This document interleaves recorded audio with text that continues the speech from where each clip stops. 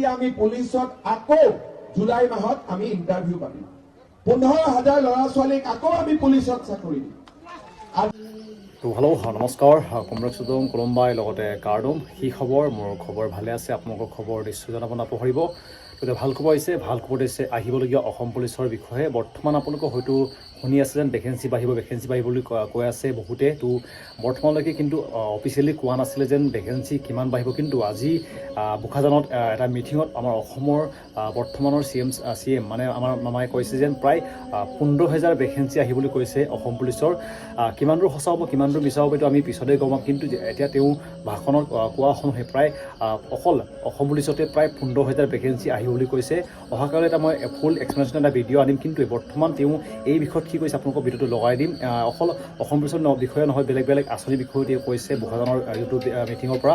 আপোনালোকে সম্পূৰ্ণ ভিডিঅ'টো চাব পাৰিব তেওঁৰ অফিচিয়েল ইউটিউব চেনেল, যোনটো তেওঁৰ এটা আছে ইউটিউব চেনেলত তেওঁ সকলো ভিডিঅ' দিছে। আপোনালোকে গৈ পিনে নিজেও চেক আউট কৰিব পাৰিব, কিন্তু বেছি ভিডিঅ'টো বহুত দীঘল আছিলে। এইটো কাৰণে মই যিমানখিনি ইম্পৰ্টেণ্ট ক্লিপ আছিলে এইটো ক্লিপটো লৈছোঁ আপোনালোকে এতিয়া লগাই দিছোঁ যেন আহিবলগীয়া ভেকেঞ্চিৰ বিষয়ে আমাৰ অসমৰ CM ছাৰে কি কৈছে, আৰু আপোনালোকৰ কাৰণে বহুত ভাল যেন ইমানখিনি ভেকেঞ্চি যদি সঁচাকৈ আহে বহুত ভাল হ'ব। এইটো মই কোৱা নাই যে আহিবই বুলি মই কোৱা নাই, কিন্তু তেওঁ যি কৈছে আপোনালোকক লগাই দিছোঁ।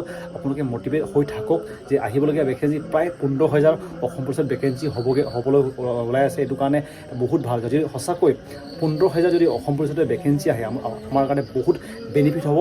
বৰ্তমানটো আপোনালোকক হয়তো গম পাইছে যে প্ৰায় 5,000 ভেকেঞ্চি আছে, কিন্তু তাতো বেলেগ ভেকেঞ্চি আছে। APRৰ কাৰণে বেলেগ আছে, SIৰ কাৰণে বেলেগ আছে। এইটো কাৰণে বৰ্তমান তেওঁ কৈছে 15,000 ভেকেঞ্চি। যদি সঁচাকৈ ইমানখিনি ভেকেঞ্চি আহে আমাৰ কাৰণে বহুতখিনি বেনিফিট হ'ব। আপোনালোকে এতিয়া ভিডিঅ'টো লগাই দিছোঁ, আৰু অহাকাইলৈ সঁচাকৈ ইমানখিনি আহিব পাৰে নাই সঁচাকৈ এটা ফুল ভিডিঅ' এটা আনিব চেষ্টা কৰিম। তো বলক আজি ভিডিঅ'টো লগাই দিছোঁ তেওঁ ইয়াৰ বিষয়ে কি কৈছে।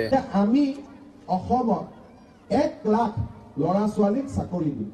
আজি আমাৰ চবৰ ঘৰতে ল'ৰা ছোৱালী আছে, চবেই আশা কৰে যে মোৰ ল'ৰাজনে এটা চৰকাৰী চাকৰি পাওক। কিন্তু আগতে অসম চৰকাৰত চাকৰিৰ কাৰণে আমি টকা দিব লাগিছিল। আজিকালি আমাৰ চৰকাৰত দুৰ্নীতি লাহে লাহে নোহোৱা হৈ আহি আছে। যোৱা 3 বছৰত মই 1 লাখ চৰকাৰী চাকৰি দিলো, কোনেও 1 টকাও ঘোষ খাব পৰা নাই। এতিয়া মই কি ঠিক কৰিছো যে এই 1 লাখ চাকৰি হৈ যোৱাৰ পিছত 2024 চনৰ ভিতৰত মই আৰু 50,000 ল'ৰা ছোৱালীক চৰকাৰী চাকৰি দিম। 50,000 1 লাখ আগত দিলো আৰু দিলো 50,000। তাৰমানে ল'ৰা ছোৱালী কলেজত গ'ল, ইউনিভাৰ্চিটিত গ'ল। এতিয়া মনত এটা ভৰসা থাকে যে আমি অন্তত মেৰিটত চৰকাৰী চাকৰি এটাৰ কাৰণে কম্পিটিশ্যন কৰিব পাৰো। এইবাৰ কাৰ্বি আংলঙতে কিমান ACS পাছ কৰিছে, কিমান DSP পাছ কৰিছে, কিমান ল'ৰা পুলিচত চাকৰি পাইছে।